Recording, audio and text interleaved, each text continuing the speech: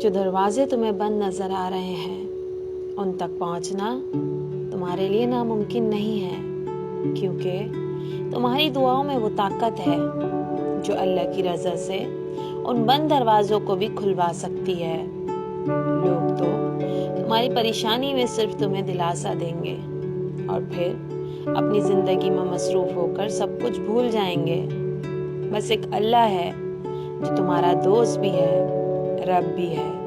वो तुम्हें कभी नहीं भूलेगा। लोगों से कुछ मांगकर अपने आप को शर्मिंदा मत करो। लोग तो आपको कुछ देकर भी पूरी जिंदगी एहसान जितलाएंगे। मांगना है तो अपने रब से मांगो, जो सब कुछ देकर भी वापस लेने की तमन्ना नहीं करता, जो दिन को रात और रात को दिन में बदलने की बादशाहत रखता हो। तो वो कैसे अपने बंदों को अकेला छोड़ देगा? वो तो हर पल, हर वक्त और हर मुश्किल में तुम्हारे साथ है। तो तुम लोगों के बजाय हर परेशानी में उसको क्यों नहीं पुकारते? वो सुनता है, वो जानता है और वो हर घड़ी हमें देख रहा है। हमें लगता है कि हमारी दुआएं कबूल नहीं हो रही, लेकिन हमें ये इल्म नहीं होता कि क्या पता हमारी पुकार हमारे रब को पसंद हो, इसलिए वो हमारी दुआएं कबूल करने में वक्त ले रहा हो। लेकिन हम शिकवा, शिकायत और नाराज़गी जाहिर करना शुरू कर देते हैं।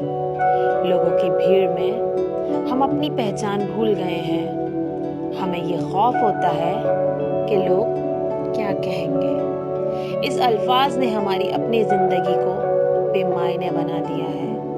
आप अच्छा करें, बुरा करें, लोग तो आपका पीछा कभी नहीं छोड़ेंगे।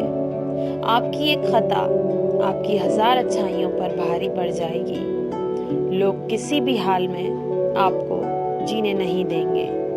कभी सोचा है कि क्या हैं ये लोग? क्या ये खुदा हैं जो तुम्हें इनका खौफ है?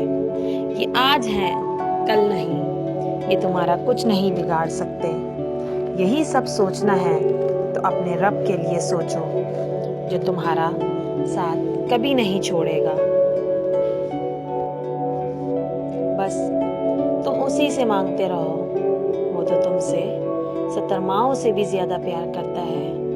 हमारी माँ हमारी एक सिसकी पर भागती चली आती है, तो फिर वो रब तुम्हारी क्यों नहीं सुनेगा? वो तुम्हारी जरूर सुनेगा। बस तुम उसको पुकारते रहो। वो कैसे तुम्हारी रोती हुई पुकार पर तुम्हें अकेला छोड़ सकता है? हमें कभी कभार ऐसा लगता है कि अल्लाह ने हमें वो नहीं दिया जो हम चाहते थे, लेकिन जल्द ही जान जाओगे कि जो नहीं मिला उसका मिल जाना तुम्हारे लिए नुकसानदेह था, और फिर शुक्र करते रहोगे उस रब का जिसने तुम्हें बदतरीन से बचाकर बेहतरीन अता किया।